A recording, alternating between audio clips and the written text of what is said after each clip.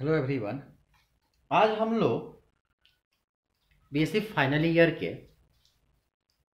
Zoology के तीसरे paper के डिस्कशन करना शुरू करेंगे। इस तीसरे पेपर का एक पूरा हम लोग सीरीज बनाएंगे। जैसे पेपर फर्स्ट पेपर सेकंड का सीरीज है, उससे से पेपर थर्ड का एक पूरा सीरीज बनाएंगे, जिसमें एक एक चैप्टर के एक एक टॉपिक को हम उसमें मार्किंग कराते चलेंगे। साथ में आपको उसका नोट्स बनाते चलेंगे। आप लोग जब भी बैठेंगे कॉपी लेकर बैठेंगे और उसमें हम जितने भी इम्पोर्टेंट पॉइंट होंगे, जहां आपको नोट कराना होगा वहां हम आपको नोट करा देंगे। जो पॉइंट लगेगा कि हम आपको समझा कर उसे क्लियर कर सकते हैं तो उसे सिर्फ कंसेप्ट बताकर बढ़ जाएंगे आगे। पर जहां लगेगा कि नहीं उसे हमको लिखवा देना चाहिए तो वहां हम आपको जरूर वहां पर नोट्स बनवा देंगे। ठीक है। आपको कुछ चीजें जहां पर अगर हम जो नोट्स नहीं बनवाएंगे तो आप जब आप कॉपी लेके बैठिएगा तो वहां पे जो चीजें लगेगा कि हाँ इसे हमें लिख लेना चाहिए तो उसे आप जरूर वहां लिख लीजिएगा। ठीक है।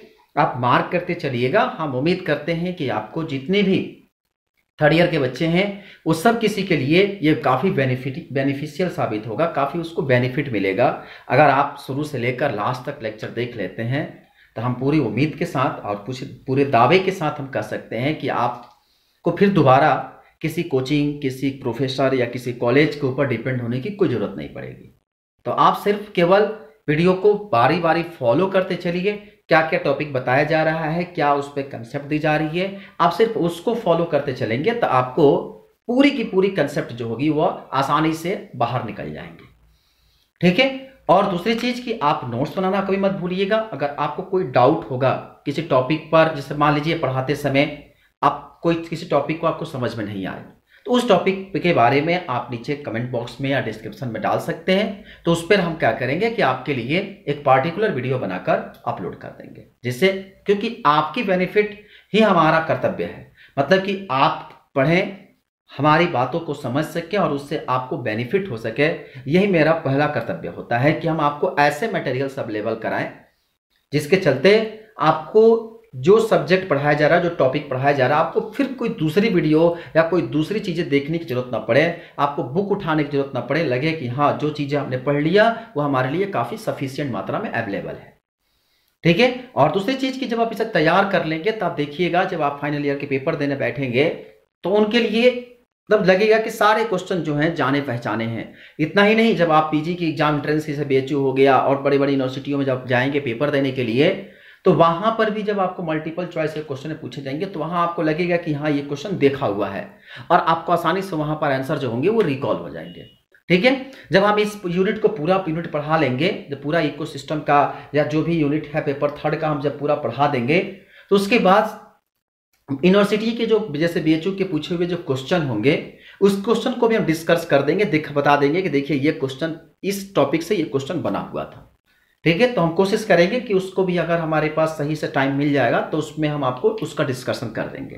लेकिन फिर भी आप जब प्रिपेयर करेंगे, आप ये पूरे लेक्चर देखने के बाद जब क्वेश्चन करने बैठेंगे तो आप देखेंगे कि बड़े आसानी से सारे क्वेश्चन को आप निकाल लेंगे। अब देखिए ये जो सामने आपको दी गई है ये पेपर थर्ड का पूरा ढांचा है। मतलब ये पूरा स्ट्रक्चर आपको दी गई है। मतलब कि हमको पेपर थर्ड जो आप लोग का 75 मार्क्स का रिटन पेपर होता है और 25 मार्क्स का जो होता है वह आपका प्रैक्टिकल का पेपर होता है। जो थ्योरेटिकल क्वेश्चन जो है 75 मार्क्स का, इसमें आपको पेपर थर्ड में 4 यूनिट पढ़ना है। आपको पहले बता दें पेपर फर्स्ट में भी 4 यूनिट, पेपर सेकंड में भी 4 यूनिट, पेपर थर्ड में भी 4 यूनिट, सब में 4-4 यूनिट पढ़ना है। और प्रत्येक पेपर जो होंगे वह 75 मार्क्स के थ्योरी पेपर होंगे और 25 मार्क्स जो होंगे वो रिटन पेपर प्रैक्टिकल पेपर होंगे। ठीक है। जो पेपर थर्ड है ये पेपर थर्ड में आपको 4 यूनिट सीखना है। वो 4 यूनिट में जो सीखना है उसमें सबसे पहला सीखना है इकोलॉजी। इकोलॉजी में आपको इकोसिस्टम के पूरे कंसेप्ट आपको पढ़ने होंगे, जहां उसका फंडामेंटल थ्योरी क्या है, फंडामेंटल थ्योरी के बाद उसका जो भी फूड पार्टिकल्स होता है उसका फ्लो, एनर्जी फ्लो क्या होता है, उसमें एनर्जी फ्लो में आपको सीखेंगे लिंडमान का 10% रूल क्या है, किस तरह से एक्वेटिक एनिमल्स या एटमॉस्फेरिक एनिमल्स जो होते हैं या जितने भी ऑर्गेनिज्म होते हैं उनका एनर्जी फ्लो किस हिसाब से चलता है। फिर हम सीखेंगे फूड चेन, फूड वेब के बारे में, क्या रिलेशन होता है फूड चेन और फूड वेब के कंसेप्ट में, दोनों में क्या बेसिक अंतर होता है। ट्रॉपिक लेवल पर फूड चेन फूड वेव क्या होता है, यहीं पर हम लोग सीखेंगे पिरामिडल फूड वेव क्या होता है, कि पिरामिड का फॉर्मेशन किस हिसाब से होता है, इन्वर्टेड पिरामिड क्या होता है, अपराइट पिरामिड क्या होता है। फिर उसके बाद हम इकोलॉजिकल नाइस में आते हैं। इकोलॉजिकल नाइस में हम आपको कुछ है साइकिल के बारे में सिखा देंगे कि इसके इकोलॉजिकल जो इंपॉर्टेंस होते हैं, जैसे मान लीजिए हमारे पास वाइस टाइप्स एनर्जी फ्लो सिस्टम क्या होता है। फिर जब हम लोग मिनरल्स और न्यूट्रिएंट्स की तरफ आएंगे तो वहां सीखेंगे हम लोग कि जो माइक्रो और मैक्रो न्यूट्रिएंट्स होते हैं उसके कंसेप्ट क्या होता है, माइक्रो और मैक्रो को याद करने के लिए हमने कौन सा कंसेप्ट यूज करते हैं। वहां पे आपको कुछ साइकिल, इकोलॉजिकल नाइस में साइकिल के बारे में सीखना होगा, जैसे water cycle, carbon cycle, nitrogen cycle, phosphorus cycle, sulphur cycle, cycle के बारे में हम सीखेंगे। फिर वहां पर हम लोग बायोटिक और एबायोटिक फैक्टर कौन कौन से होंगे जो इकोसिस्टम को इफेक्ट करेंगे, इनके बारे में स्टडी करना है। और लास्ट में इकोलॉजिकल सक्सेशन, मतलब कि यहां पे ऑर्गेनिज्म की इकोलॉजी के साथ क्या रिलेशनशिप होते हैं, उसकी किस तरह से ऑर्गेनिज्म, कौन सा ऑर्गेनिज्म कहां जाने के बाद एडेप्टेशन की क्या प्रोसेस होती है, कि कौन सा ऑर्गेनिज्म, मान लीजिए कि जो भी अब राजस्थान में जो हमारे पास रैट जो आपको रैट पाए जाते हैं उसे हम लोग कहते हैं कैटरेट। अब कैटरेट में क्या होता है, या उसी तो उसमें उनकी जो होते हैं वो जंपिंग रैट के नाम से भी जानते हैं उनको, वो जंप करने की एक बार में वो 4 से 5 मीटर की डिस्टेंस कवर कर लेते हैं। और वो जंपिंग रैट जो होते हैं वो कभी भी काफी एक्टिव होते हैं, तो उनकी एडेप्टेशन कैसे होते हैं, वो लोग कैसे हमारे ऑर्गेनिज्म हमारे रैट से कैसे डिफरेंट होते हैं। तो ऐसे कई ऑर्गेनिज्म के बारे में हम सीखेंगे जो इनकी एडेप्टेशन थ्योरी को कंसेप्ट क्लियर करेगा कि किस तरफ से एडेप्ट होते हैं, कि एक लोकेशन से दूसरे लोकेशन पर चले जाते हैं ऑर्गेनिज्म, तो उनमें क्या परिवर्तन होता है। ठीक है, अब मान लीजिए कि जो फॉरेन के लोग हैं, अब दूसरे कंट्री में जहां पर ट्रॉपिक अंटार्कटिका के लोग हैं और उनको आप आर्टिका में ला देंगे अंटार्कटिका, तो वो ट्रॉपिक लेवल चेंज करने पर ऑर्गेनिज्म में क्या अंतर होता है, क्या उनके बीच में रिलेशनशिप होते हैं। फिर उसमें आर्ट्रियल और एब्नॉर्मल के बारे में आपको, ये पहले यूनिट थोड़ा सा बड़ा यूनिट है और काफी कंसेप्चुअल यूनिट है। सेकेंड यूनिट में हम लोग सीखेंगे तो ये सीखेंगे, चूंकि आप सेकेंड यूनिट को ऑलरेडी फर्स्ट ईयर में पढ़ चुके रहेंगे, जहां वायरस, बैक्टीरिया, फंगस, फंजाई ये सारी चीजें आप पढ़ चुके हैं। तो यहां पे हमको इसकी थोड़ी सी फिजियोलॉजी के बारे में, वायरस और बैक्टीरिया समझ लीजिए कि माइक्रोबायोलॉजी है। माइक्रोबायोलॉजी का ही पोर्शन होता है जिसमें वायरस और सिर्फ बैक्टीरिया के बारे में ध्यान रहे, सिर्फ आउटलाइन पढ़ना है, इंटरनल डायग्राम नहीं सीखना है कि जब स्ट्रेप्टोकोकस होता है, जो स्ट्रेप्टोकोकस निमोनी जो होता है उसका इंटरनल फीचर क्या होता है, वो इसका फिजियोलॉजी, ये सब नहीं सीखना है। ये सीखना है कि ये डिजीज कौन सा कॉज करता है और डिजीज कॉज करने का उसका ट्रीटमेंट क्या होता है, बस आउटलाइन सीखना है, बहुत डिस्क्रिप्शन में नहीं जाना है। क्योंकि जब आप पेपर फर्स्ट का देखेंगे तो उसमें आपको पैरासाइटोलॉजी पहला ही चैप्टर है, इसमें पैरासाइट के पूरे फंक्शन के बारे में सीखना है कि कौन सा पैरासाइट कैसे करता है, उस पर कौन सा ऑर्गेनिज्म जहां अटैक करता है, तो वो आपको एस्केरिस के बारे में, ये जितने भी ऑर्गेनिज्म है, flat worm, hook warm, tap warm, ये सब चीजें आपको फर्स्ट पेपर में सीखना है, इसे थर्ड ईयर के फर्स्ट पेपर में आपको सीखना है। ठीक है, तीसरी जो हमारे पास यूनिट होती है वो एनिमल बिहेवियर आता है। एनिमल बिहेवियर में इसका पहला इंट्रोडक्शन, पैटर्न ऑफ बिहेवियर, जो क्या कहते हैं, टिफ्लैक्सेस, इंस्टिंक्ट या मोटिवेशनल, इसका क्या सीरियल होता है। फिर उसके बाद बायोरिदम, लर्निंग, उसकी मेमोरी, माइग्रेशन, फिश, बर्ड्स, इसके बारे में हम लोग एनिमल्स के सारे बिहेवियर के बारे में सीखेंगे। कौन सा एनिमल्स कहाँ होता है, जैसे मान लो साइबेरियन पक्षी होती है, वो अफ्रीकन पक्षी होती है, वो काफी डिस्टेंस ट्रेवल करके हमारे अपने शहर में आते हैं, इंडिया में आते हैं। तो ये क्या है कि ये कैसे बर्ड्स का माइग्रेशन होता है, कौन ऑर्गेनिज्म कहाँ ज्यादा अडेप्ट होते हैं, उनका फंक्शन क्या होता है, इन सब के बारे में हम यूनिट नंबर 3 में सीखेंगे। और 4th यूनिट जो है आज के लिए सबसे इंपॉर्टेंट यूनिट है, वो है पॉपुलेशन। दूसरी चीज पॉपुलेशन के बारे में और पॉल्यूशन के बारे में, दो चीजें बड़े अच्छे तरीके से सीखते हैं हम लोग। पॉल्यूशन में हम लोग सीखेंगे जो हमारे पास air pollution, water pollution, noise pollution, 3 pollution आप सीखे हैं। तो air pollution, water pollution, noise pollution, हम चौथा सीखेंगे सॉइल पॉल्यूशन।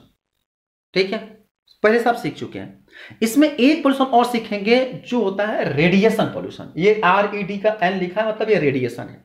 अब अल्ट्रावायलेट रेडिएशन का क्या पॉल्यूशन होता है, क्यों, इसके पीछे बड़ा राज, एक क्वेश्चन बताई जाती है कि क्यों जितने भी रेडियो एक्टिव एलिमेंट्स होते हैं, चूंकि वो डिस्ट्रॉय तो होते नहीं हैं, उनको डिस्ट्रॉय करने के लिए क्या करते हैं कि लगभग 100 टन एक सोने का, एक बड़ा सा लोहे का बॉक्स बनाकर और उसमें क्या करते हैं, उसे ले जाकर समुद्र के बीचों बीच काफी अंदर ले जाकर गहराई में रखते हैं। ऐसा क्यों करते हैं? ये है रेडिएशन पोल्यूशन का मेन रीजन। क्या वजह होता है हम सब सीखेंगे जब पॉल्यूशन पढ़ेंगे तहां पर। तो उसके बाद उसका कंट्रोल, इन्वायरमेंट में पॉल्यूशन का क्या इफेक्ट होता है, पॉल्यूशन, एक्सपोजर ऑफ टॉक्सिकेंट, जिसमें route of exposure, duration and frequency of exposure. और इसके बाद है क्या उसका डोज होना चाहिए, dose, response, relationship between the category and toxic effect. कितनी मात्रा में एटमॉस्फेयर में अगर CO2 की मात्रा होगा तो हमारे बॉडी को इफेक्टिबल नहीं होगा, उसका डोज क्या होता है, कब लेवल जब बढ़ा देंगे तो हमारे बॉडी पर इफेक्टिबल कितना होगा, क्या इसकी कंसेप्ट होती है। इन सारे कंसेप्ट को सीखना है पेपर नंबर 3 में। हम अब एक एक करके एक एक टॉपिक को हम धीरे धीरे कवर करना शुरू करेंगे। और ये लेक्चर जो होगा वो पार्ट वाइज में 10 पार्ट, 15 पार्ट, 16 पार्ट, जितना पार्ट बने, ये पार्ट वाइज आपको एक पूरे प्लेलिस्ट में मिल जाएगा, जिसके चलते आप मुश्किल से काफी कम समय में आप पूरे टॉपिक को आसानी से कवर कर लेंगे। चलिए, तो आज से हम लोग शुरू करते हैं इकोलॉजी। पहला इसका कंसेप्ट जो होगा वह है इकोसिस्टम। तो चलिए, हम लोग इकोलॉजी का पहला सिस्टम हम लोग सीखेंगे जो होगा इकोसिस्टम। यूनिट फर्स्ट का पहले टॉपिक जो पहला चैप्टर है वह है इकोसिस्टम। हम कहते हैं कि इकोसिस्टम में सबसे पहले हम सीखेंगे इसका कंसेप्ट, फिर इसका कंपोनेंट और फिर इसका ऑपरेशन, मतलब पूरी सिस्टम कैसे काम करता है। काफी इंटरेस्टेड है, काफी थोड़ा सा फर्स्ट में थोड़ा सा बोरियस लगेगा, लेकिन बाद में ये इतने अच्छे से समझ में आने लगेंगे तो आपको थोड़ी सी भी बोरियस फील नहीं होगा। अब देखिए, कहते हैं कि इकोसिस्टम की कहानी की शुरुआत कैसे होती है। तो कहते हैं कि जो भी हमारे पास ऑर्गेनिज्म होते हैं, समझिए, जितने भी हमारे पास ऑर्गेनिज्म होते हैं, इन ऑर्गेनिज्म का पूरे एटमॉस्फेयर में रिलेशनशिप लिविंग सिस्टम के साथ, नॉन लिविंग की सिस्टम के साथ, ध्यान रखेंगे। इकोसिस्टम का जहां बात आएगी, जो पूरी इकोलॉजी की बात आएगी, उसमें पूरा एटमॉस्फेयर में दोनों चीज को इंक्लूड करेंगे। एक होगा लिविंग सिस्टम और दूसरा होगा नॉन लिविंग सिस्टम। तो इन दोनों सिस्टम को आपस में कॉरेस्पॉन्डिंग अटैचमेंट जो इन्वायरमेंट के फैक्टर के साथ रिलेशनशिप क्रिएट करता है। भाई, नाम ही है इकोसिस्टम। इकोसिस्टम की पुरानी, जब हम आगे आपको कंसेप्ट बताएंगे, इसके डिफिनेशन तोड़ देंगे, तब आपको थोड़ी थोड़ी सी क्लियर होती जाएगी। हम थोड़ा सा इसकी थोड़ी सी पास्ट के तरफ चलते हैं, इतिहास की तरफ चलते हैं कि कौन से साइंटिस्ट ने इसको क्या क्या बेसिस कंसेप्ट दिए।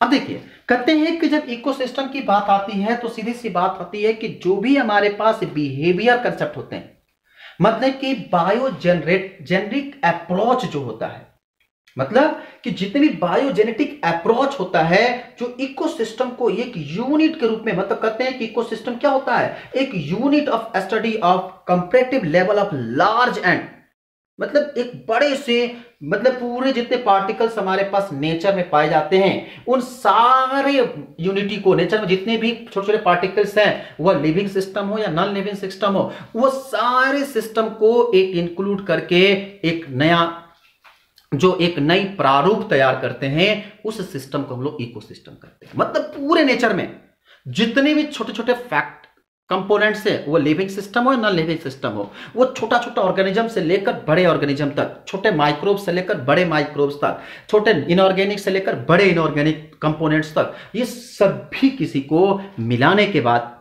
जो एक सिस्टम का निर्माण होता है, वह होता है ecosystem.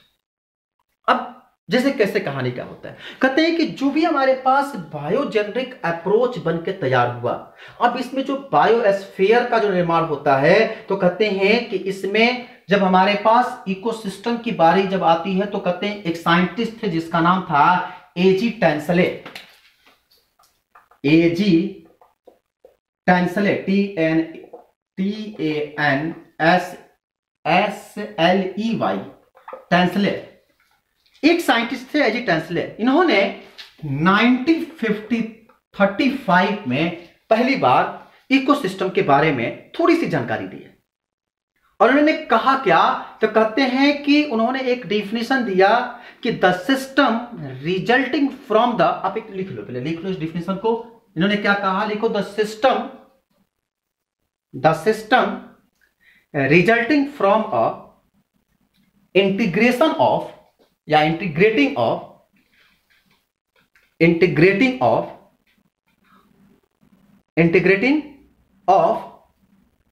all the living and non-living factors of environment.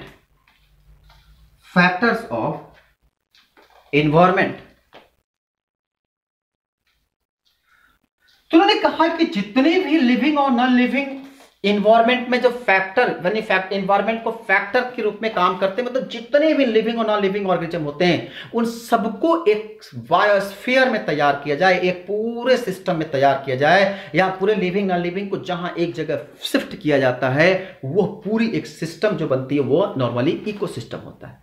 आप बायोडाइवर्सिटी पढ़े होंगे, जब पहला आप फर्स्ट ईयर में पहले चैप्टर पढ़ते हैं बायोडाइवर्सिटी, जहां पर आर.एच. विटेकर से लेकर बड़े बड़े साइंटिस्ट कार्ल मार्क्स लेकर आर.एच. विटेकर, अरिस्टोटल, कई सारे साइंटिस्ट जो थे अपना बायोस्फीयर के बारे में या बायोडाइवर्सिटी के बारे में डिस्क्रिप्शन दिए हुए हैं। तो कहते हैं कि उसी तरह से वहां जब हम बायोडाइवर्सिटी पढ़ रहे हैं तो वहां पर हम सिर्फ लिविंग सिस्टम को ज्यादा प्रेफर कर रहे थे। एनिमल्स हो गए, प्लांट्स हो गए, छोटे छोटे माइक्रोब्स हो गए, लेकिन यहां जो हम प्रीफर करते हैं वो लिविंग भी रहता है और नॉन लिविंग भी होता है। मतलब कि जो प्लांट्स हैं, एनिमल्स हैं, वो तो है ही हैं, साथ में जो ऑर्गेनिक और इनऑर्गेनिक न्यूट्रिएंट्स होते हैं उनके बारे में भी हम क्या करते हैं, यहां पर विस्तृत स्टडी करते हैं। तो मतलब कि लिविंग सिस्टम को भी और नॉन लिविंग सिस्टम को भी आपस में क्या करते हैं, पूरा हम लोग कनेक्ट करके पूरे एक सिस्टम तैयार करते हैं, वह हमारे पास इकोसिस्टम के रूप में काम करता है। अच्छा देखिए, कहते हैं कि जब इन्होंने इसके बारे में जब बताए तो ये इसके आधार पर कई सारे साइंटिस्ट ने इसका अलग अलग नाम दिए। जैसे में कार्ल मोबियस ने, एक साइंटिस्ट जिसका नाम था कार्ल मोबियस, इन्होंने 1877 में इसको नाम दिए थे, इसको हम लोग कहते हैं बायोकोइनोसिस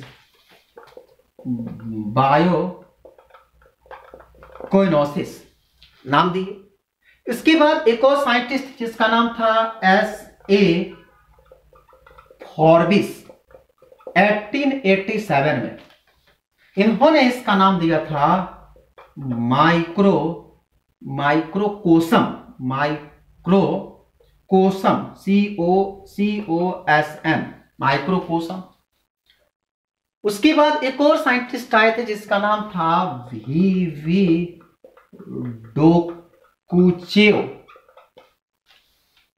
डोकुचेव। इन्होंने इसका नाम दिया था जिसका नाम था जियो बायोकोइनोसिस। और एक और साइंटिस्ट थे, इन्होंने दिए थे करीब करीब 18, ये जिनका जन्म हुआ था 1846 में और 1903 में ये डेथ हुए थे। ठीक है, एक साइंटिस्ट थे, इनके साथ साथ में एक और जो थे जिनका नाम था, इनका एक और बायोजेनोसिस के बारे में एक और साइंटिस्ट ने अपना विचार रखा था, इनको सपोर्ट किए थे, जिसका नाम था G.F. मॉर्गॉफ,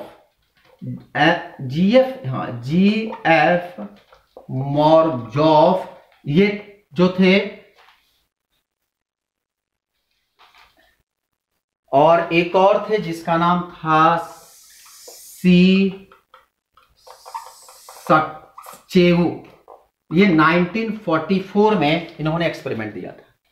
एक और साइंटिस्ट थे जिनका नाम था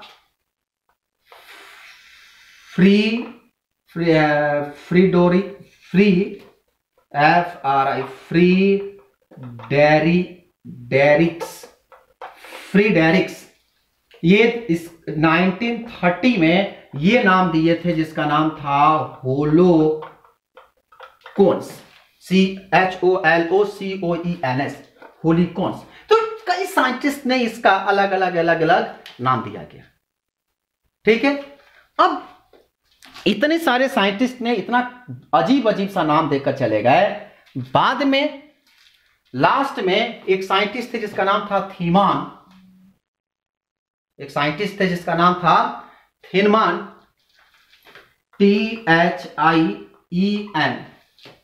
थीनेमान, THINEMAN, थीनेमान। ये जो थे 1939 में ये पहली बार एक टर्म लेकर आए जिसका नाम था बायोसिस्टम। ये थोड़ा सा आगे चलकर इंप्रूव हुआ, ठीक है। एक और साइंटिस्ट इसमें आए थे जिनका नाम था वारेंडेस्की, वारेंडेस्की, VERNADSKY,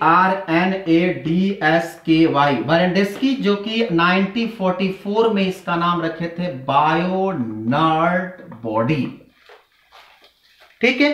और तो इस तरह से कई सारे सिस्टम, मैंने धीरे धीरे कई सारे नाम साइंटिस्ट आए और इसका अलग अलग नाम देकर गए।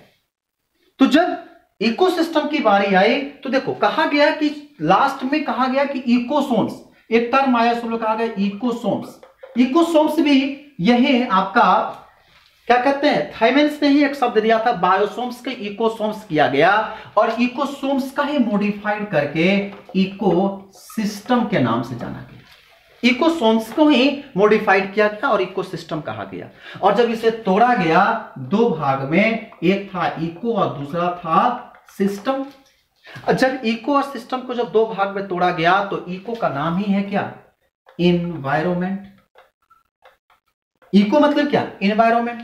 और जहां पे इको आ गया और जहां सिस्टम की बात आया तो सिस्टम की बात होता है इंप्लाई, इंट्रैक्शन, इंटरडिपेंडेंट, कॉम्प्लेक्स, नाम ही है। जो भी हमारे पास जो सिस्टम शब्द आया वो जो भी इंप्लाइज हो गया and interacting, inner dependent, complex, मतलब एक तरह की पूरी क्या सिस्टम, मतलब पूरा एक कॉम्प्लेक्स के रूप में कनेक्टिंग लिंक होता है। मतलब जहां एनवायरमेंट का पूरा कनेक्टिंग लिंक होता है, वह लिविंग सिस्टम हो, नॉन लिविंग सिस्टम हो, माइक्रोब्स हो, ऑर्गेनिक मैटर्स हो, सबके साथ जो एक पूरी कनेक्टिंग लिंक जो दिया गया, जिस सिस्टम में हमने पढ़ा, वो सारा क्या होता है, इकोसिस्टम। तो पूरे एनवायरमेंट का कनेक्टिंग लिंक यहां पर लोग पढ़ेंगे तो सीखेंगे किसमें, इकोसिस्टम के कंसेप्ट में। अब देखो जो इकोसिस्टम हमारे पास मिला, अब इसमें कई तरह की चीजें सीखेंगे। इसमें मान लीजिए कि हमारे पास एक छोटा एरिया, बड़ी area, communication, interact, non living things, physical और केमिकल एनवायरमेंट, ये कई सारे, एनर्जी फ्लो, ट्रॉपिक लेवल, क्या कहते हैं, different trophic structure, biodiversity, material cycle, exchange material, इसमें कई सारी चीजों के बारे में हम क्या करेंगे, एक एक करके बारी बारी से स्टडी करना शुरू करेंगे, ठीक है। तो अब बेसिक कंसेप्ट के बाद अगर हम थोड़े से इसके आगे की तरफ बढ़ते हैं और इसके बढ़ने के बाद हमें क्या मिलता है, तो कहते हैं कि जो भी हमारे पास इकोलॉजिकल सिस्टम का निर्माण हुआ, मतलब कि ऐसी यूनिट जिसमें लिविंग ऑर्गेनिज्म इंटरेक्ट होते हैं नॉन लिविंग एनवायरमेंट में, मतलब कि जो लिविंग ऑर्गेनिज्म होते हैं वह interacting between the non living organism. एक काम करो, एक लाइन लिखो, यहां पे लिखो, the living organism interacting with their, the living organism interacting with their non-living environment, non-living environment in an orderly, in an orderly self-sufficient manner, self-sufficient manner is known as an ecological system, an ecological system, ecological system और ecosystem. तो सीधी सी बात क्या हुआ कि living system और non living system एक दूसरे से इंटरेक्ट होते हैं एक ऑर्डरली मैनर में, मतलब एक सिस्टम बाय सिस्टम, एक सीक्वेंस रूप में लिविंग और नॉन लिविंग सिस्टम के बीच में जो अरेंजमेंट होता है, वह इंटरेक्शन होता है, इनकी जहां स्टडी करते हैं वह स्टडी होता है इकोसिस्टम, ठीक है। अब देखो, जो हमारे पास ये बायोस्फीयर या इसके बारे में हम स्टडी करना शुरू करते हैं, तब इसके सबसे पहले फैक्टर क्या आते हैं। अब यहां से हम लोग शुरू करते हैं। अब यहां से हम इकोसिस्टम के एक एक छोटे छोटे कंसेप्ट के बारे में कवर करना शुरू करेंगे। तो आप सबसे पहले डालिए काइंड्स ऑफ इकोसिस्टम, डालिए काइंड्स ऑफ इकोसिस्टम। अब बात आती है कि कितने तरह के इकोसिस्टम होते हैं।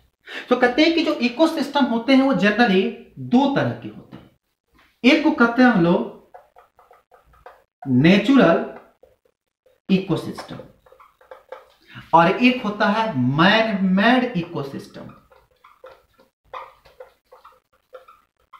इसी को हम लोग कहते हैं आर्टिफिशियल इकोसिस्टम। तो दो तरह के इकोसिस्टम हम लोग पढ़ते हैं, एक होता है नेचुरल इकोसिस्टम और एक होता है मैनमेड इकोसिस्टम, मतलब आर्टिफिशियल इकोसिस्टम। दो तरह के हम लोग इकोसिस्टम के बारे में सीखेंगे। अब पहले चीज हम लोग पढ़ेंगे, आप पहला हेडिंग डालिए नेचुरल इकोसिस्टम। ये क्या होता है? तो कहते हैं कि वैसे इकोसिस्टम जिसका ऑपरेशन खुद नेचर करता है, हम उसका ऑपरेशन नहीं करते हैं। उसको ऑपरेशन मतलब ऑपरेट करना, मतलब उसको चलाना। तो मतलब कि उस तरह की इकोसिस्टम जिसका ऑपरेट करने का काम जो होता है वो खुद नेचर करता है। अब बारिश करने का काम हमारे जी में नहीं है। ऐसा तो है नहीं कि मोबाइल में क्या करें, बटन दबाएं या रिमोट रखे हो और रिमोट दबाएं सीधा बारिश होना शुरू हो गया। वो फिल्म इंडस्ट्री में होता है। यहां हम लोग जनरल लाइफ में हम लोग ऐसा कुछ नहीं करते। तो उन लोगों की फिल्म इंडस्ट्री वालों को शूटिंग करना होता है तो जब मर्जी तब बारिश करा लेते हैं, जब मर्जी तब अंधेरा कर लेते हैं। तो ये चीजें हमारे जनरल लाइफ में नहीं होता है। तो कहते हैं कि एक सिस्टम जो हमारे पास नेचर द्वारा होता है। अब नेचर के जो सिस्टम होते हैं तो कहते हैं कि जिसका कंट्रोल जो होता है वह कौन करता है? नेचर करता है। मतलब उसमें कोई इंटरफेरेंस मनुष्य मानव का नहीं होता है। अब देखो, जो भी हमारे पास ये डिराइव होते हैं ये कई रूप में पाए जाते हैं। जैसे में टेरेस्ट्रियल, इसमें कई तरह के होते हैं। पहला होता है टेरिस्ट्रियल। टेरेस्ट्रियल में पाया जाता है कौन सा? Forest, grassland, desert, etc. तो ये जितने हमारे पास मिलते हैं वह कहलाते हैं टेरेस्ट्रियल। अब इसके बाद इसमें दूसरा होता है एक्वेटिक। एक्वेटिक में आपको पता है कि जितने भी हमारे पास वाटर पार्टिकल्स है, ध्यान रहे वाटर में कैसा वाटर? खुला मूवमेंट वाटर। जब हम इसी को दूसरे मूवमेंट में लेके चलेंगे आगे, हम लोग सीखते हैं कि जब हमारे पास डिजायर्ड एनिमल्स होते हैं, मैराइन एनिमल्स होते हैं, तो उसकी कहानी अलग हो जाती है। मतलब कि दो तरह की जो वाटर, ओपन वाटर है एटमॉस्फेयर में पाया गया, तो वो हमारे पास एक्वेटिक हुआ या टेरेस्ट्रियल हुआ। फॉरेस्ट, ग्रासलैंड, डिजर्ट, ये सारे जो होते हैं कंट्रोल नेचर का होता है। हम कब जब मर्जी करें प्लांट को जन्म नहीं दे सकते हैं। हम सीडिंग कर सकते हैं, ग्रोइंग करने का काम नेचर के डिपेंड करता है कि उसको इतना एटमॉस्फेरिक टेम्परेचर मिल रहा है कि नहीं, प्रेशर मिल रहा है कि नहीं, सीड जनरेशन की उतना उसको एटमॉस्फेयर मिल रहा है कि नहीं, तो वो जनरेट हुआ कि नहीं। ऐसा कभी नहीं हो सकता है कि हम उसे जनरेट कर दें। ये सारा नेचर पर डिपेंड होता है। ठीक है। तो आप क्रॉपिंग करना, ये सब कंसेप्ट अलग होता है। आप क्रॉपिंग करना मतलब आप सिर्फ सीड डाल सकते हैं। अब आपके कहने पर नहीं होगा कि है सीड, तुमको आज बो दिए आज ही जन्म ले लो, वो तुम्हारे कहने पर नहीं चलेगा। तो वो सब चीजें जो होता है ये सारे के सारे नेचर पर डिपेंडेंट होते हैं। तो मतलब कि जो भी हमारे पास, अब ये जो फ्रेश वाटर, मतलब कि इनमें जो हमारे पास ऑर्गेनिज्म मिलते हैं, जो एक्वाटिक मिलते हैं वाटर पार्टिकल्स में, इसमें दो तरह के होते हैं। या तो वो फ्रेश वाटर और क्या मैराइन। जो एक्वेटिक होते हैं, एक्वेटिक में दो तरह के होते हैं, या तो वो फ्रेश वाटर होता है और नहीं तो दूसरा क्या होता है? मैराइन होता है। अब फ्रेश वाटर जो होता है, ये फ्रेश वाटर भी दो तरह के होते हैं। या तो वह लॉटिक होगा। लॉटिक का मतलब होता है जैसे में बारिश हुआ, बारिश के पानी जमीन पर गिरा, मूवमेंट करते हुए आकर नदी में आ गया। तो ये जो मूवमेंट वाली वाटर होती है, जो रनिंग वाटर होता है, उसे हम लोग कहते हैं लॉटिक। ठीक है। तो लॉटिक में आप लिख लो यहां पे रनिंग वाटर, रनिंग वाटर में आप लिख लो एज स्प्रिंग वाटर, मतलब जो बरसात की पानी होती है, या जो स्ट्रीम जो मूवमेंट करते हैं स्ट्रीम्स, ये वाटर, या जितने भी मूवमेंट वाटर है, जैसे नदी की पानी क्या करती है, फ्लो करती है, घूमती रहती है, तो वो रिवर्स। ये सारे वाटर जो होते हैं सब लोग कहते हैं लॉटिक।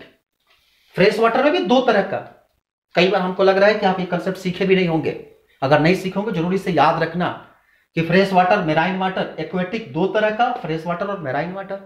फ्रेश वाटर भी दो तरीके होते हैं, लॉटिक होता है और दूसरा जिसको हम लोग कहते हैं लैंटिक। लैंटिक, लॉटिक और लैंटिक। लैंटिक की जो आता है उसमें स्टैंडिंग वाटर कहा जाता है, पानी स्टैंडिंग वाटर। इसमें आता है, लैंटिक में आता है standing water.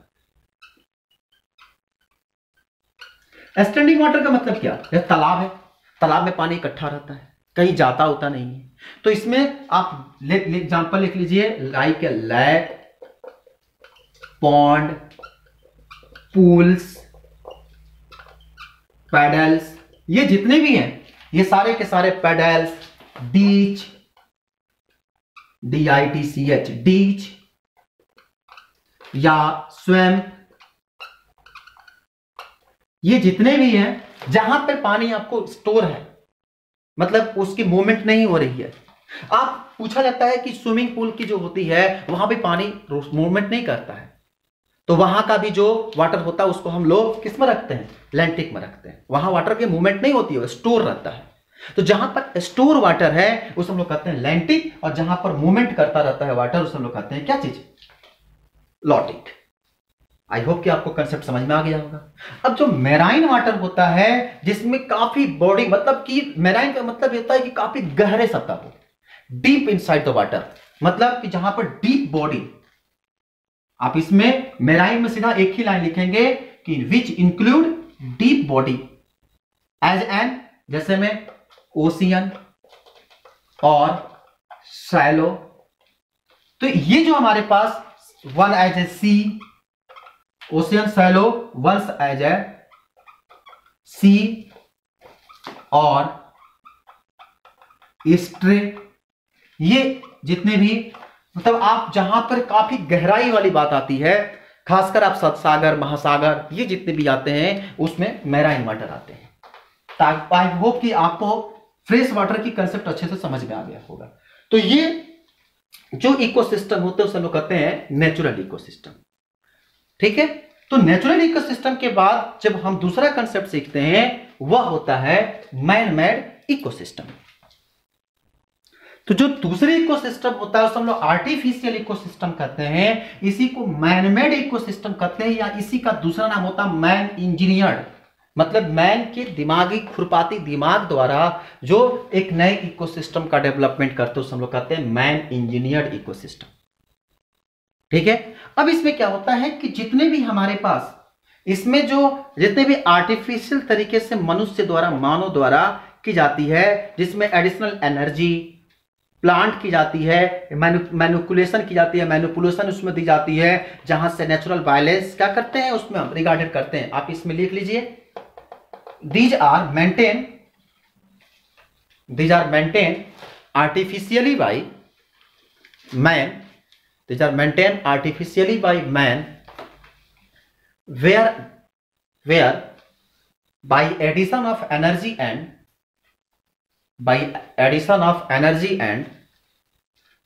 plant PLANNED, plant manipulation MANIPULATIONS, manipulation, natural violence is distributed regularly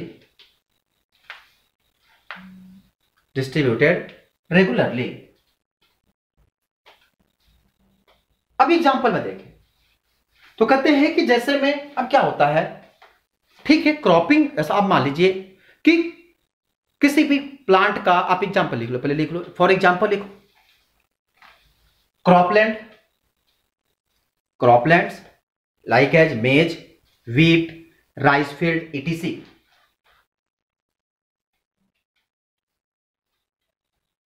etc. नीचे लिखो, where man try to control, where man try to control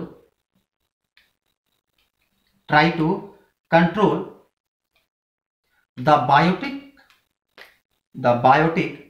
community, or as well as the biotic community as well as the physiochemical environment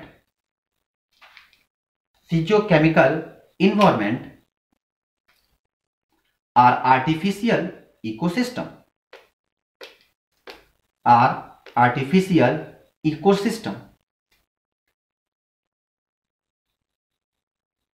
मतलब कि plant तो लगा दिए, अब मान लीजिए कि इनके बीच में कितना इनको खाद देना है, कितना कब इनको पानी देना है, कब इनकी सिंचाई करनी है, कब इतना कितने मात्रा में इनको क्या क्या देना है, ये तो नेचर नहीं डिसाइड करता, ये तो हम डिसाइड करते हैं।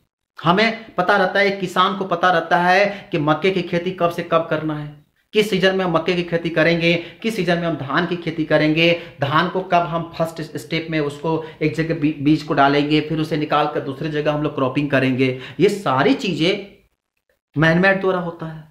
तो ये जो इन नेचर के साथ, ध्यान रहे, नेचर के साथ इन्वायरमेंट, नेचर के साथ बैलेंस बनाकर, ऐसा कभी नहीं कि क्या करें, ठंडी के बने की जो बरसात के दिनों में हमारे धान की खेती होती है, अब वो चीजें कभी नहीं हो सकता है कि लाकर क्या कर दें, हम जून जुलाई के महीने में धान की खेती कर दें, या आप मार्च अप्रैल के महीने में धान की खेती कर दें। उससे में वो हर नेचर का एक फैक्टर, डिसाइडिंग फैक्टर होता है, कब बरसात होगा, कब क्या होगा। इस तरह से मैन जो होते हैं उसको डिसाइड किए रहते हैं, ये फैक्टर डिसाइडेड होता है कि कौन से सीजन में कौन सी खेती करना बेहतर होगा और किसमें उसकी पैदावार या उपज उसकी ज्यादा होती है। तो नेचर के साथ फिजियोकेमिकल, मतलब उसमें केमिकल सब्सटेंस का ये रिलेशनशिप के साथ जो स्टडी करते हैं, ये जितना इकोसिस्टम हम तैयार करते हैं, जो मैन अपने इंजीनियरिंग के मेथड से, मतलब अपने दिमाग के मेथड से कहते हैं ना कि हर इंसान इंजीनियर होता है। क्यों? तो उसके पास इतने सारे दिमाग ही यूज करते हैं खेती के मामले में। मैंने आप देखेंगे आर्टिफिशियली जो स्किल्स जो ह्यूमन के पास होता है वो बड़ी अजीब स्किल्स होते हैं, उनके पास धीरे धीरे हर चीज की नॉलेज होती है। तो क्या कहते हैं कि इसमें क्या होता है कि ये डिफरेंट हमारे पास इकोसिस्टम का, ये मैन मेड इकोसिस्टम का डेवलपमेंट करते हैं। अब जरा गौर से समझिए, इसमें आगे का कंसेप्ट क्या करता है। अब इसमें क्या करता है कि जो भी हमारे पास इन्वायरमेंट का मिला, तो इसमें कई तरह के इकोसिस्टम होते हैं, जैसे में स्पेस इकोसिस्टम, ये किस तरह के कई सारे इकोसिस्टम जो होते हैं वो आर्टिफिशियल इकोसिस्टम में आते हैं। तो कहते हैं कि दो मेजर एस्पेक्ट होता है इकोसिस्टम का। वह पहला, जो ध्यान रखेंगे, कोई बार क्वेश्चन पूछा जाएगा what is the major aspect of ecosystem, तो जो मेजर एस्पेक्ट होता है आप लिख लीजिए the major aspect of ecosystem, the major aspect of ecosystem. उसमें सबसे पहला इकोसिस्टम जो मेजर एस्पेक्ट होता है वह होता है स्ट्रक्चर, और दूसरा होता है फंक्शन। आप इसे जरूर याद रखिएगा कि कोई भी इकोसिस्टम का पहली चीज उसकी बनावट क्या है, यह बहुत इंपॉर्टेंट चीज है, और दूसरा इसका फंक्शन क्या है, किस तरह से ये रेगुलेट होता है, इसका काम करने का पैटर्न क्या होता है। ये दो चीज सबसे इंपॉर्टेंट रूप में काम करता है, तो स्ट्रक्चर और उसका फंक्शन। अब देखिए, जब स्ट्रक्चर की अगर बात करें, स्ट्रक्चर का मतलब क्या, स्ट्रक्चर का सीधा मतलब होता है कि स्ट्रक्चर का सीधा सा मतलब क्या है कि आप लिख लीजिए यहां पर, चूंकि हम बोर्ड पे लिखेंगे बहुत वक्त लगेगा, लिख लीजिए स्ट्रक्चर मीन्स, पहला लिखिए the composition of biological community, the position of biological community including species, numbers, biomes या बायोमास, ऐसे लिख लीजिए, numbers, biomass, life history and distribution in space. मतलब फ्री स्पेस में, एटमॉस्फेयर में कौन कौन से ऑर्गेनिज्म पाए गए, उनका बनावट क्या है, उनकी कम्युनिटी क्या है, उनका नंबर क्या है, उनका बायोमास क्या है, उनकी लाइफ हिस्ट्री क्या है, इनके बारे में हम स्ट्रक्चर में सीखेंगे। सेकंड पॉइंट में लिखिए, the quantity and distribution of the quantity and distribution of the non living material such as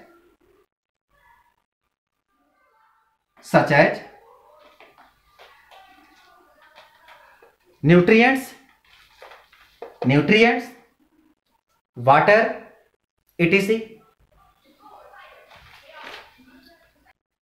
मतलब कि इसमें कितने तरह के जो हमारे पास रेंज क्या है कि मतलब कि उसकी कितनी क्वांटिटी है, उसका डिस्ट्रीब्यूशन कितना है, नॉन लिविंग के साथ क्या रिलेशनशिप है, नॉन लिविंग का मटेरियल कितनी संख्या में है, इनके बारे में हम इसके सेकंड पार्ट में, और इसका थर्ड लिखते हैं रेंज। लिखो थर्ड में लिखो द रेंज और gradient of condition of existence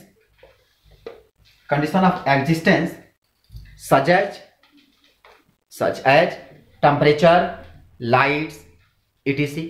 मतलब उसके कौन कौन से ग्रेडियंट होंगे इसको पूरे सिस्टम को बनाए रखने के लिए। तो मतलब कि पहला नंबर, दूसरा उसकी कम्युनिटी डिस्ट्रीब्यूशन, पहला नंबर, दूसरा डिस्ट्रीब्यूशन, और तीसरा उसका फैक्टर, मतलब कौन कौन से चीज पर वो अच्छे से एक्टिव होगा। ठीक है, अब इसके बाद आता है फंक्शन। तो इसमें लिखो, दूसरा हेडिंग डाल दो फंक्शन, और उसमें लिखो function means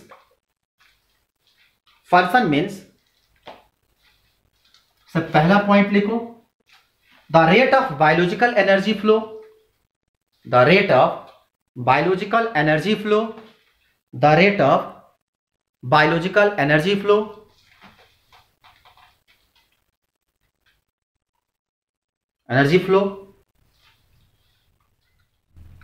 that is the production and respiration rate of community। दूसरे पॉइंट में रेट ऑफ मटेरियल्स और न्यूट्रिएंट साइकिल। तीसरा पॉइंट लिखिए बायोलॉजिकल और इकोलॉजिकल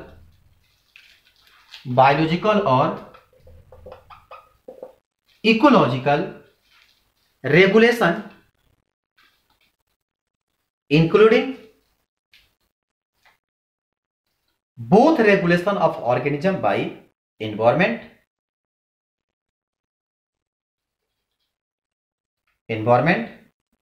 ब्रैकेट में लिख लीजिए फोटोपीरियोडिज्म। हम सब सिखाएंगे कहानी क्या है, photoperiodism etc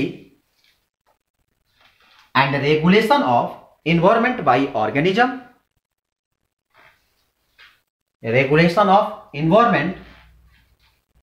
by the organism। Example देख लो, नाइट्रोजन फिक्सेशन ऑर्गेनिज्म।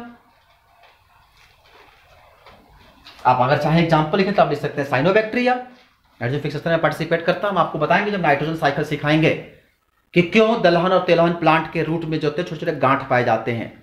ठीक है, तो नाइट्रोजन फिक्सेशन बैक्टीरिया जो साइनोबैक्टीरिया होता है। तो हो गया, तो ये जितने भी हमारे पास तीन सिस्टम, तो इसमें rate of material, energy flow और बायोलॉजिकल सिस्टम को रेगुलेट करने के लिए, जैसे मान लीजिए कि ऐसे सिस्टम जो हमारे पास ऑर्गेनिज्म को रेगुलेट करता है, regulation of organism of environment जैसे फोटोपीरियोडिज्म, या जो भी हमारे पास regulation of environment of the organism, nitrogen fixation जो इन्वायरमेंट में ये बैक्टीरिया क्या करते हैं, पार्टिसिपेट करते हैं। जो प्लांट्स के नाइट्रोजन फिक्सेशन में कैसे पार्टिसिपेट, नाइट्रेट से नाइट्रिक, वो नाइट्रस से नाइट्रेट में कैसे कन्वर्ट होता है, यानी कि जो अमोनियम आयन होता है NH4 माइनस आयन कैसे NO3 में कन्वर्ट होता है, NO3 माइनस में, या NO2 जो होता हुआ NO3 माइनस में कैसे कन्वर्ट होता है, जहां पर यहां पर करीब 250 प्लस एनर्जी किलोजूल की एनर्जी होती है और यहां करीब 73 किलोजूल की एनर्जी होती है। कैसे कन्वर्जन होता है हम आपको उसमें बताएंगे। जब पढ़ाएंगे नाइट्रोजन साइकिल। तो ये सिस्टम है आपके पास, जो हमारे पास क्या इकोसिस्टम का पहला कंसेप्ट जो था वो है कंसेप्ट, मतलब इस चैप्टर का पहला कंसेप्ट हम लोग क्लियर कर लिए जिसका नाम है कंसेप्ट ऑफ इकोसिस्टम। ठीक है, अब इसके बाद जो दूसरा है वो है कंपोनेंट्स। अब है डालिए components of ecosystem.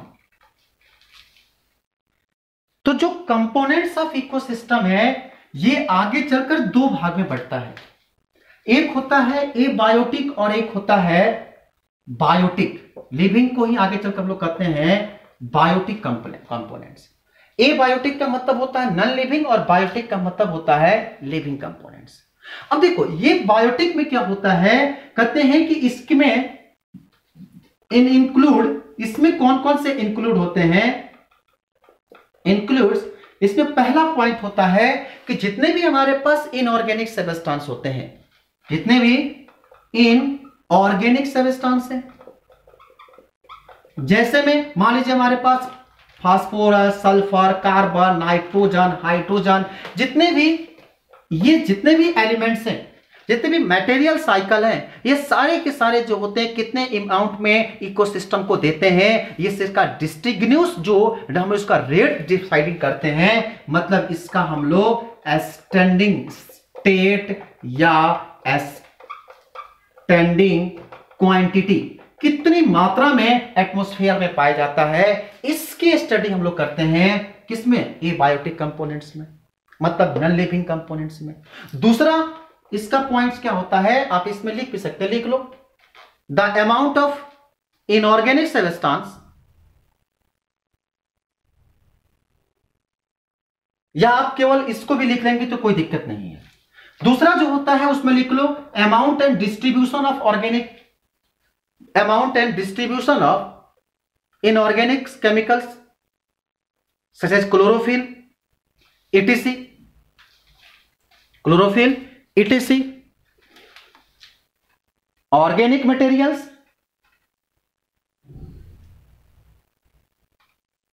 Like as protein, carbohydrates, lipid, etc। और इसका तीसरा पॉइंट में आता है, लिख लो climate and given, climate of given, climate of given region, climate of given region, कौन कौन से रीजन में इसे क्लाइमेट गिवन होते हैं, तो इसके बारे में जहां हम लोग स्टडी करते हैं, ये सारे के सारे क्या होते हैं, बायोटिक में, ये बायोटिक में आते हैं। और बायोटिक का मतलब ये लिविंग कंपोनेंट्स, मतलब कि लिविंग कंपोनेंट्स जो बायोटिक के होते हैं ये आगे चलकर दो भाग में बढ़ते हैं, एक को कहते हैं हम लोग ऑटोट्रॉफिक और एक को कहते हैं हम लोग हेट्रोट्रॉफिक। बहुत आसान है, आपको पता ही है कि ऑटोट्रॉपिक में क्या होते हैं कि जो अपना खाना खुद बनाते हैं, जितने भी ग्रीन प्लांट्स होते हैं, छोटे छोटे जितने भी हमारे पास फोटोसिंथेटिक बैक्टीरिया हो गए, ग्रीन प्लांट्स हो गए, इसमें कौन कौन से आते हैं, ग्रीन प्लांट या फोटोसिंथेटिक बैक्टीरिया, ये जितने भी हमारे पास आते हैं, मतलब जो अपना खाना खुद बनाते हैं, खुद ऑर्गेनिक मटेरियल यूज करके अपना खाना बनाते हैं, वो कहलाते हैं ऑटोट्रॉपिक ऑर्गेनिज्म या ऑटोट्रॉपिक कंपोनेंट्स। जो ऑटोट्रॉप पे डिपेंडेंट होता है, मतलब अपना खाना खुद नहीं बनाते हैं, उसे क्या कहते हैं हम लोग, हेट्रोट्रॉपिक कंपोनेंट्स। तो इस तरह से हमारे पास जो भी डिकम्पोजिशन मिलता है वो ऑटोट्रॉपिक और हेट्रोट्रॉपिक का कंसेप्ट के साथ, मतलब कि जो भी दो तरह के कंपोनेंट्स मिल गए हम लोग को, एक हो गया ऑटोट्रॉपिक और एक होता है हेट्रोट्रॉपिक। कहते हैं कि इसमें बहुत सारे माइक्रो ऑर्गेनिज्म भी आएंगे। अगर मान लो कि अब जो हेट्रोट्रॉपिक होता है ये आगे चलकर हम याद रखेंगे, जो ऑटोट्रॉपिक और हेट्रोट्रॉपिक का कंसेप्ट है, ऑटोट्रॉपिक अपना खाना खुद बनाता है, इसीलिए इसे आगे चलकर हम लोग कहते हैं प्रोड्यूसर। लेकिन हेट्रोट्रॉपिक जो होता है अपना खाना खुद नहीं बनाता है, इनके पास अपने खाना बनाने की टेंडेंसी नहीं होती है, इसीलिए इसका नाम होता है कंज्यूमर। अब आ गया कहानी उत्पादक और उपभोक्ता। अब ये कंज्यूमर और कहानी जो हमारे पास आता है, ये थोड़ा सा इंटरेस्टेड कहानी लेकर आता है। कि ये जो कंज्यूमर होते हैं, ये कंज्यूमर कई कैटेगरीज में बढ़ते हैं। मतलब कि अगर मान लीजिए कि अगर कंज्यूमर अगर जीरो लेवल पर हो, जो प्लांट को अगर हम एक छोटा सा एग्जांपल देकर आपको समझाएं थोड़ा सा कंज्यूमर के बारे में, क्योंकि हम अगर मान लीजिए कि हमारे पास अगर ये प्लांट है, तो ये प्लांट्स को अगर यहां पे अगर एक ग्रास हॉपर इसे अगर खा जाता है, और इस ग्रास हॉपर को अगर मान लीजिए कि लिजार्ड खा गया, और लिजार्ड को अगर मान लीजिए कि एक हवेज क्या कहते हैं बर्ड्स खा गया, तो ये प्लांट्स जो है ऑटोट्रॉपिक है, तो इससे हम लोग कह सकते हैं क्या चीज, प्रोड्यूसर। लेकिन प्लांट को खाया ग्रास हॉपर, तो ये हुआ कंज्यूमर। तो ये कंज्यूमर है, इसको ये खाया तो ये भी कहलाया क्या, कंज्यूमर। तो ये दोनों कंज्यूमर हुए, तो इसलिए इसका नाम देते हैं हम लोग क्या चीज, प्राइमरी कंज्यूमर, पहली बार खाता है। इसे कहते हैं हम लोग सेकेंडरी कंज्यूमर, और इसका नाम हम ले सकते हैं टर्शियरी कंज्यूमर।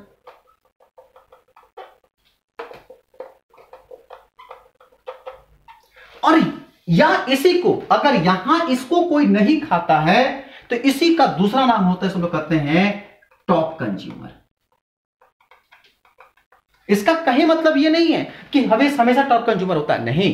टॉप कंज्यूमर का मतलब यह होता है कि अगर मान लीजिए कि वो ऑर्गेनिज्म कि जिसको सबसे टॉप लेवल पर होता है, वह होते हैं क्या कहते हैं, टॉप का क्लास के कंज्यूमर। ठीक है, तो प्राइमरी, सेकेंडरी और टर्शियरी, इसी कंज्यूमर को जोड़कर जो हमारे पास प्रोड्यूसर, कंज्यूमर, ये जितने भी होते हैं प्राइमरी, सेकेंडरी, टर्शियरी, इनको जोड़कर हम एक छोटा सा सिस्टम का निर्माण करेंगे, जिसको हम आगे कहेंगे पिरामिडल सिस्टम। ये क्या होता है, कैसे कैसे काम करता है, कैसे इन्वर्टेड होता है, अपराइट पिरामिड का क्या कंसेप्ट होता है, हम इसके सीखेंगे आपको अगले लेक्चर में, जो इसका लेक्चर नंबर 2 होगा। तब तक के लिए आप इसको जरूर पढ़ के एक बार आप इसका नोट्स बना लीजिएगा। जो भी आपको दिक्कत होगा आप हमें जरूर बताइएगा, हम आपको उसको दोबारा फिर से एक अच्छे से छोटा शॉर्ट वीडियो बनाकर उसको हम अपलोड कर देंगे। Thank you so much.